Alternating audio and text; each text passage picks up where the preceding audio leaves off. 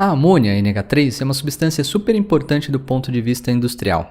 Através dela, os químicos conseguem produzir fertilizantes, produtos de limpeza com ação desengordurante, alguns tipos de plásticos, explosivos, e ela também é utilizada como gás de refrigeração para geladeiras gigantescas, no caso aí de frigoríficos. Vamos dar uma olhada como que a amônia ela é produzida.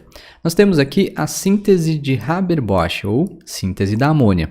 Nitrogênio, que é abundante na nossa atmosfera, 78%, é colocado para reagir com gás hidrogênio, H2, sob a ação de um catalisador. O catalisador que é utilizado aqui é a platina. Lembrando que a platina, por ser um sólido, ela está numa fase ou estado físico diferente em relação aos nossos reagentes, então ele é um catalisador heterogêneo. E nessa reação forma-se NH3, a nossa querida amônia, que é uma substância de geometria piramidal e apresenta um dipolo elétrico, ou seja, ela é polar. Fazendo o balanceamento, nós temos 1 mol de nitrogênio para 3 mols de hidrogênio, dando 2 mols de NH3. Num sistema fechado, imagine aqui nesse recipiente, se é um equilíbrio químico, nós vamos ter a coexistência dos nossos reagentes com o produto. Então fica todo mundo junto aqui nesse nosso recipiente. E como é um equilíbrio químico, esse equilíbrio químico, como nós vimos, eles podem ser expressos de um modo geral através da constante de equilíbrio químico. Constante é sempre escrita considerando o produto dividido pelo reagente. Se for constante de equilíbrio químico em função da concentração, nós temos o Kc, né? Então vai ser lá a concentração do nosso produto, concentração de amônia, NH3, elevado ao seu coeficiente estequiométrico, que é 2, dividido pela concentração do nitrogênio, N2, elevado à primeira, vezes a concentração do hidrogênio gasoso, elevado ao cubo. Beleza?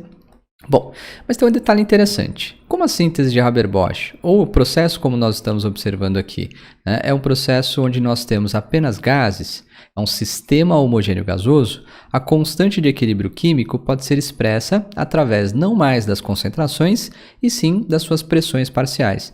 Então nós podemos escrever aqui o Kp. Esse P aqui está indicando que nós vamos trabalhar ali com as pressões, né, parciais, uma vez que o sistema é um sistema homogêneo gasoso. Independente se for em função de pressão ou então de concentração, vai ser sempre produto sobre reagente. Para esse caso, então, nós teremos a pressão parcial de amônia, NH3, elevado ao seu coeficiente 2, dividido pela pressão do gás nitrogênio, N2, elevado à primeira, vezes a pressão do gás hidrogênio, H2, elevado ali ao cubo.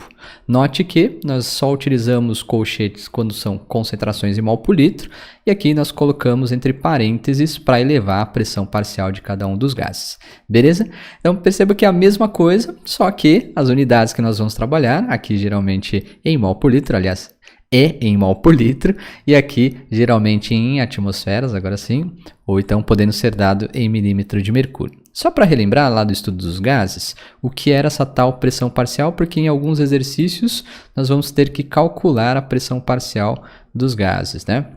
Pressão parcial, então vou chamar de pressão parcial, pressão do gás A dentro de uma mistura de gases, vai ser dado pelo número de mols desse gás, dividido pelo número de mols total, vezes a pressão total do sistema. Um detalhe importante é que o número de mols do gás A pelo número de mols total é chamado de fração, é a parte pelo todo. Então nós temos a fração em mol ou fração molar. Pressão parcial do gás A, então vai ser a fração molar desse gás vezes a sua pressão total. Em alguns exercícios a gente vai precisar calcular a pressão parcial, porque ele só vai dar o número de mols do gás, o número de mols dos gases, na verdade, e a pressão total. Sendo assim, a gente pode calcular dessas duas maneiras as pressões parciais. Tudo bem? Agora fica uma pergunta. Será que, numericamente falando, o valor do Kc é exatamente igual ao valor do Kp? Será que, então, se a gente fizer o cálculo aqui, considerando a concentração em mol por litro, ela vai ser igual aí quando der em função das pressões parciais? Sendo assim, se há uma dúvida, a gente pode fazer a relação entre Kp e Kc. Vou pegar uma reação genérica aqui, um sistema gasoso, deixa eu colocar de outra cor, pegando aqui então A gasoso, que vai em equilíbrio, né, estar com B também no seu estado gasoso. Eu preciso saber se o valor do Kp é igual ao Kc. Então, eu posso escrever aqui o Kp como sendo a pressão parcial do gás B elevado ao seu coeficiente estequiométrico, Bzinho, e, então, a pressão parcial do gás A elevado ao seu coeficiente estequiométrico, o Azinho. Podemos escrever também o Kc, né? Vai ser a concentração do produto dividido pela concentração dos nossos reagentes. Então, concentração aqui do nosso B elevado a Bzinho, dividido pela concentração do A elevado a Azinho. Como é que será que eu vou juntar essas duas expressões de constante de equilíbrio químico? Você lembra que para um gás, nós podemos perguntar alguma coisa para um gás utilizando aquela equação chamada de equação de Clapeyron, né? Se você quiser saber alguma coisa do gás, pergunte para o Claclá que ele vai te responder. Equação do Clapeyron, nós temos lá, pressão vezes o volume é igual ao número de mols que multiplica R, a constante dos gases ideais, e a temperatura em Kelvin, né? Bom, aqui eu tenho pressão, eu vou isolar a pressão aqui na equação do Clapeyron, então. Passa lá o volume que está multiplicando ele dividindo, nós vamos ter o número de mols dividido pelo volume, vezes R, vezes T. Eu acho que você se lembra que número de mols pelo volume nada mais é que a concentração. Então, nós podemos falar que a pressão do gás vai ser igual à concentração em mol por litro desse gás, vezes R, vezes T. Será que a gente consegue juntar, então, essas duas coisas? Eu vou substituir aqui a pressão, né? No lugar de pressão, eu vou colocar a concentração do gás vezes R vezes T. Então, vai ficar Kp é igual pressão do gás B, então fica agora concentração do gás B vezes R vezes T, elevado ao seu coeficiente estequiométrico Bzinho. Tudo isso, então, dividido pela concentração. Pressão do A vai ser concentração do gás A, aqui, vezes R, vezes T, elevado a Azinho. Tá? Então, a gente pode abrir aqui e falar que nós temos, né, fazendo aqui, elevando todo mundo aos seus coeficientes estequiométricos, isso vai me dar a concentração do B, elevado a Bzinho, dividido pela concentração do A, elevado a Azinho, vezes, né, o RT, então nós vamos ter lá R vezes T elevado a Bzinho, dividido por R vezes T elevado a Azinho. Opa, olha só que interessante. Eu acho que você conhece o que é esse concentração de A, né, concentração de B dividido pela concentração do A. Não é exatamente isso aqui? Então nós temos essa relação como sendo o próprio Kc, não é?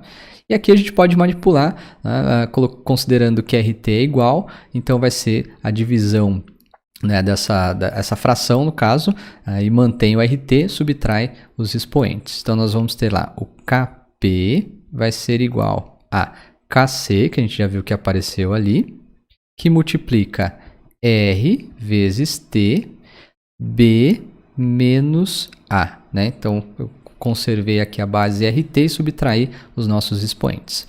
Vale lembrar, ou note aqui, que B e A são os coeficientes estequiométricos da nossa reação devidamente balanceada. Então, nós estamos fazendo a quantidade ou o número de mols, o coeficiente estequiométrico final, menos o coeficiente estequiométrico inicial. É um delta, né? Final menos inicial, ó, final menos inicial é um delta. Então, essa reação, ou essa equação, desculpe, ela pode ser reescrita, colocando como sendo ali, né, o que está elevando o RT como a variação, o ΔN, certo? Ou a variação do número de mols que nós temos de produtos e reagentes, certo? Chegamos aí finalmente, depois desse trambolhão todo, na relação do Kp e o Kc. Vou colocar aqui, né? Então, é essa equação que a gente vai indicar se o Kp é numericamente igual aí ao Kc. Vale lembrar aqui, ΔN vai ser igual o somatório dos coeficientes estequiométricos, então o número de mols aqui, dos nossos produtos, menos o somatório dos coeficientes estequiométricos, número de mols, dos nossos reagentes, né? Claro, considerando produtos e reagentes gasosos, belezinha? Então tá ali. Bom, com essa relação, Kp igual a Kc, que aí multiplica RT elevado a ΔN, a gente pode descobrir se os valores de Kp e Kc são iguais. Bora lá então? voltar para a síntese de Haber-Bosch, a síntese da amônia. Nós tínhamos nitrogênio gasoso, reage com hidrogênio gasoso, que entra em equilíbrio catalisado por platina, gerando NH3 também no seu estado gasoso, né? O balanceamento ficava lá 1 mol de nitrogênio, 3 mols de hidrogênio, 2 mols de amônia, tá certo? Então, quero saber se o Kp é numericamente igual ao Kc, nós temos lá, Kp é igual, deixa eu colocar aqui mais para baixo, ó, o nosso, Kp, agora sim, é igual ao Kc, que multiplica RT elevado a ΔN. Espera aí, preciso calcular o ΔN dessa equação. Então, bora. Aqui nós temos número de mols dos nossos produtos, 2 mols apenas, que são aí da amônia. Aí nós temos aqui no reagente 1 mol do gás nitrogênio e 3 mols do gás hidrogênio, o que dá um total de 4 mol de gás no reagente e 2 mols de gás no produto, certo? Sendo assim, o ΔN aqui para essa equação vai ser lá 2 menos 4, o que nos dá menos 2. Sendo assim, nós temos para esta equação, para a síntese da amônia, que o Kp é igual ao Kc, que multiplica RT elevado a menos 2. Igor, pode ter valor negativo? Apareceu, porque o final menos inicial deu negativo. Então, perceba que numericamente o Kp não é igual ao Kc. O Kp é igual a Kc vezes o fator RT elevado a menos 2. Né? Deixa eu analisar uma outra equação de equilíbrio químico. Nós temos hidrogênio gasoso reagindo com bromo no seu estado gasoso, então Br2, que entra em equilíbrio com 2 mols de HBr no seu estado gasoso, beleza? Será que o Kp é igual ao Kc aqui? Vamos ver. O ΔN, a gente pode calcular aqui o número de mols do produto e do reagente. Lembrando que nós temos 1 mol aqui, 1 mol ali e 2 mols lá do produto, certinho? No produto, então, ficamos com 2 mols de gás. Ah, Igor, quer dizer que é só pegar o coeficiente estequiométrico? Sim, né? E aqui nós temos 1 com esse outro 1, o que nos dá 2 mols de gases. Sendo assim, o nosso ΔN vai ser igual a 2 menos 2, o que costuma ser 0. E assim sendo, nós temos lá que o Kp vai ser igual ao Kc, que multiplica RT elevado a 0. E sabemos que, então, tudo que é elevado a 0 dá igual a 1. Consequentemente, nós sabemos que, para esse caso, o Kp é numericamente igual ao Kc. Tá certo? Tem alguns processos, o Kp é sim igual ao nosso Kc. Belezinha? Para sistemas homogêneos, então, gasosos, nós podemos expressar tanto em função das concentrações em mol por litro, a sua constante de equilíbrio químico, mas também em função das pressões parciais dos gases, né? Tudo vai depender dos dados do exercício. Tá?